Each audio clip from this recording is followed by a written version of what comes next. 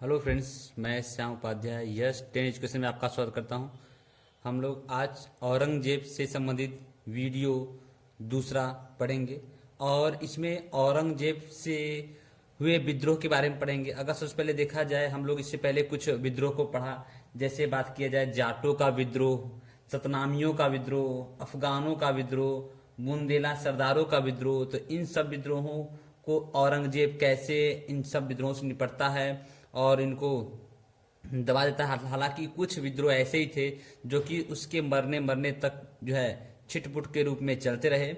लेकिन अगर बात किया जाए आगे जो विद्रोह हैं वो अकबर का विद्रोह। अगर बात किया जाए अकबर के विद्रोह को, तो अकबर का विद्रोह 1681 ईस्वी में 1681 ईस्वी में मारवाड़ और मेवाड़ दो जगह थे और वहाँ के हिंदू शाही राजा 1681 ईस्वी में अकबर का साथ देते हैं। शहजादा अकबर, जो कि यह औरंगजेब का पुत्र था, शहजादा अकबर का साथ देते हुए यह कहते हैं कि यदि जो है आप औरंगजेब से विद्रोह करते हो तो मैं आपका पूरा साथ दूंगा और साथ ही साथ औरंगजेब को गद्दी से उतार के आपको गद्दी पे बैठा दूंगा। तो अकबर क्या करता है, इनसे विद्रोह कर डालता है और विद्रोह करके मारवाड़ और मेवाड़ के राजघरानों के साथ शामिल हो जाता है। यह बात औरंगजेब को पता चलती है तो औरंगजेब फौरन मारवाड़ और मेवाड़ पर आक्रमण करता है।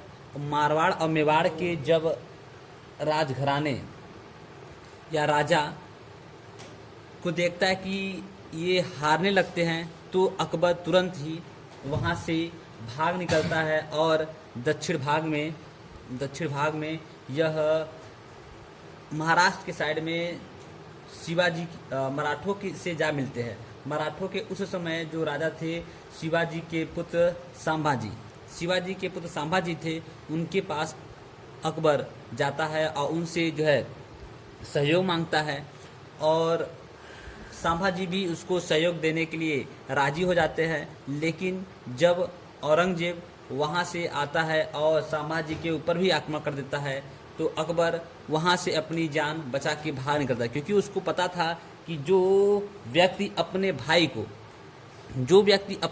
को नहीं बख्शा, उससे युद्ध करके गद्दी को अपने हाथ में ले लिया, वह मुझे कैसे छोड़ सकता है। इसलिए इसी भय से अकबर वहाँ से भाग निकला और वहाँ से भाग के अफगान चला गया और वहीं रहा और यह वहीं रहकर औरंगजेब की मृत्यु जब तक नहीं हुई तब तक वो भी वहाँ रहा। लेकिन औरंगजेब के लगभग मृत्यु के समय भी उसकी भी मृत्यु हो जाती है और अकबर का विद्रोह यह पूरी तरीके से अकबर के विद्रोह का दमन हो जाता है। तो अगर इसके आगे बात किया है सिक्कों का विद्रोह एकमात्र ऐसा विद्रोह है जो कि धार्मिक कारणों से होने वाला यह एकमात्र विद्रोह है। अगर बात किया जाए इसमें औरंगजेब यह एक कट्टर मुस्लिम राजा था। वह चाहता था कि जितने भी सिख हैं वह मुस्लिम धर्म को अपना ले और मुस्लिम धर्म को अपनाने के लिए वह जानता था कि मुस्लिम धर्म को अगर कोई अपनाएगा तो सर्वप्रथम सिखों के 9वें गुरु तेग बहादुर को यदि जो है मुस्लिम धर्म स्वीकार करवा लिया जाए तो बाकी जितने भी सिख बचते हैं वे सब आसानी से जो है मुस्लिम धर्म को स्वीकार कर लेंगे। लेकिन जो है सिखों के 9वें गुरु तेग बहादुर इस धर्म को स्वीकार करने से मना कर देते हैं। औरंगजेब उनसे क्रोधित होता है और उनको पकड़ के बंदी बना लेता है, साथ ही उनके सहयोगियों को भी बंदी बना लेता है और काफ़ी यातनाएं देता है। 4 से 5 दिन यातनाएं देने के बाद उनकी जो है गर्दन को मुड़वा देता है। तो इस कारण से जो है सिखों ने विद्रोह किया, क्योंकि वह इससे पहले हम लोग देखे थे कि सिखों के 5वें गुरु अर्जुन देव को जहांगीर ने फांसी की सजा सुनाई थी और वहीं 9वें गुरु तेग बहादुर को औरंगजेब ने उसकी गर्दन को मुड़वा दिया। तो यह बात सिखों को पता चलता है और सिख जो है विद्रोह कर देते हैं। सिख विद्रोह कर दिए। तो अगर बात किया विद्रोह में कौन शामिल था, तो इनके पुत्र 10वें जो आगे चल के सिखों के अगले जो गुरु बनते हैं वह गुरु हरगोविंद जो है सिखों के 10वें गुरु बनते हैं। वह आखिरी गुरु थे। यह कौन थे? यह उन्हीं के पुत्र थे। गुरु तेग बहादुर के पुत्र थे हरगोविंद जो है विद्रोह को आगे लेकर चलते हैं और 1678 ईस्वी में आनंदपुर की स्थापना करते हैं और उसी को अपना मुख्यालय बनाते हैं। आनंदपुर की स्थापना करते हैं और उसी को अपना मुख्यालय बनाते हैं। और सर्वप्रथम अगर बात किया जाए खालसा पंथ की स्थापना। खालसा पंथ क्या होता है? सिख धर्म पूरी तरीके से सैनिक रूप में परिवर्तित हो गया, क्योंकि सिखों को लगा कि यदि हमको अपना धर्म अगर बचाए रखना है तो हमको जो है सैनिक रूप भी धारण करना होगा, अन्यथा सिख धर्म जब पूरी तरीके से खालसा पंथ में परिवर्तित हो जाता है तो सैनिक भी जो है सिख लोग भी सैनिक रूप धारण कर लेते हैं। तो अपनी आत्मरक्षा के लिए तो औरंगजेब से और डट के ये लोग सामना करते हैं। अगर आगे बात किया जाए 1688 ईस्वी में गुरु गोविंद सिंह और पहाड़ी सेना।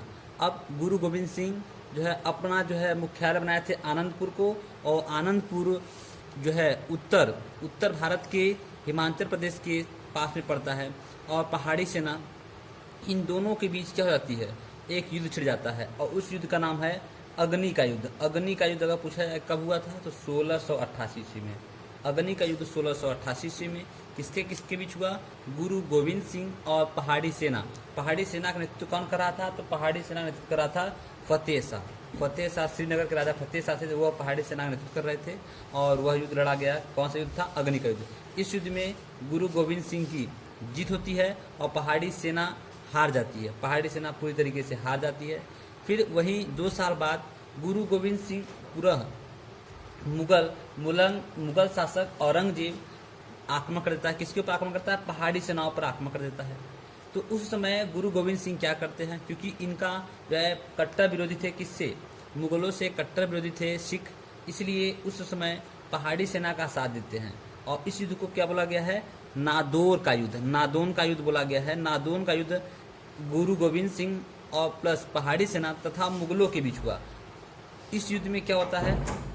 लगभग बराबर की संधि होती है और मुगल जीत नहीं पाते हैं। गुरु गोविंद सिंह उस समय साथ दिया किसका? पहाड़ी सेना। जबकि उससे 2 साल पहले जो युद्ध हुआ था अग्नि का युद्ध, उसमें जो है गुरु गोविंद सिंह और पहाड़ी सेना के बीच हुआ था। गुरु गोविंद सिंह जीत गए, लेकिन उसी 2 साल बाद जो है पहाड़ी सेना पे आक्रमण करती है मुगल सेना। उस युद्ध में गुरु गोविंद सिंह ने मुगलों को हराने के लिए पहाड़ी सेनाओं का साथ दिया और इसको बोला गया नादौन का युद्ध। तो आगे देखा जाए, फिर यही आगे बढ़ा और 1740 में सरहिंद के मुगल सूबेदार जो थे 1740 में, वह आक्रमण कर देते हैं। सरहिंद के मुगल सूबेदार वजीर खान क्या करता है? आनंदपुर पर आक्रमण कर देता है, जो कि किसका था? गुरु गोविंद सिंह का मुख्यालय था। और उस मुख्यालय पे उनके 2 लड़के जोरावर सिंह और फतेह सिंह दोनों वहाँ पे उपस्थित थे और यह कुछ जो है सेनाओं के साथ वजीर खान से लड़ते हैं। हालांकि उस युद्ध में दोनों बंदी बना लिए जाते हैं। वजीर खान इन दोनों को पकड़ के मुस्लिम धर्म स्वीकार करने के लिए कहता है, लेकिन ये दोनों जोरावर सिंह और फतेह सिंह मुस्लिम धर्म स्वीकार करने से मना कर देते हैं। इससे वजीर खान क्रोधित हो जाता है। औरंगजेब उनको जिंदा ही दीवार में दफनाने का आदेश देता है और जोरावर सिंह और फतेह सिंह दोनों को ही जिंदा ही दीवार में चुनवा दिया जाता है। एक युद्ध है चमकौर का युद्ध। यह जो है खिदराना में 1705 ईस्वी में लड़ा गया। यह मुगलों और सिखों के बीच का अंतिम युद्ध था। चमकौर का युद्ध में क्या हुआ? चमकौर का युद्ध जो था वह मुगलों तथा सिखों के बीच लड़ा गया अंतिम युद्ध खिदराना में हुआ और 1705 ईस्वी में हुआ। इस युद्ध में भी जो होता है गुरु गोविंद सिंह के 2 अन्य पुत्र मारे जाते हैं, जिसका नाम था अजीत सिंह और जुआर सिंह। अगर यहाँ लिख दिया जाए अजीत सिंह अजीत सिंह और जुआर सिंह। जुआर सिंह ये दोनों उस युद्ध में शहीद हो जाते हैं। और फिर इसके बाद जो है कुछ समय बाद गुरु गोविंद सिंह औरंगजेब से संधि का प्रस्ताव भेजता है और औरंगजेब जो है से मिलने की इच्छा जताते हैं, लेकिन औरंगजेब भी उनसे मिलने के लिए निकल पड़ता है। लेकिन इसके बीच ही क्या होता है, औरंगजेब की 1707 ईस्वी में औरंगजेब की मृत्यु हो जाती है और जो है गुरु गोविंद सिंह उनसे नहीं मिल पाते हैं। अगला राजा बहादुर शाह प्रथम बनता है, औरंगजेब का पुत्र था, बहादुर शाह प्रथम बना और बहादुर शाह प्रथम से मिलने के लिए गुरु गोविंद सिंह निकल पड़ते हैं। लेकिन क्या होता है, रास्ते में 1708 ईस्वी में जो है पठान सरदार जमशेद खान था, उनका जो है चाकू भोग के हत्या कर देता है और बहादुर शाह से गुरु गोविंद सिंह नहीं मिल पाते हैं। और गुरु गोविंद सिंह पहले ही अपने बुक में लिख दिए थे कि अब इसके बाद जो है सिखों के अगले गुरु कोई नहीं होगा और इसके बाद जो है ये अंतिम गुरु थे गुरु गोविंद सिंह अंतिम सिखों के अंतिम गुरु थे। इस प्रकार से विद्रोह औरंगजेब की मृत्यु हो जाती है और इसके काल में किए गए जितने विद्रोह वो सभी विद्रोह भी समाप्त हो जाते हैं। इसके बाद अगला राजा बनता है बहादुर शाह। अब हम लोग क्या करेंगे, जस्ट अगले वीडियो में औरंगजेब के साम्राज्य विस्तार को पढ़ेंगे और औरंगजेब जो है कुछ मकबरे बनवाया है अपने, जैसे अगर बात किया जाए मकबरों की तो अपने बीबी के याद में रबिया दुर्रानी जिसको कहते हैं उसी की याद में कुछ मकबरे बनवाया है जो कि औरंगाबाद में पड़ता है। इस सब के बारे में हम लोग पढ़ेंगे। इसके बारे में जस्ट अगली जानकारी नेक्स्ट वीडियो में देखा जाएगा। Thank you.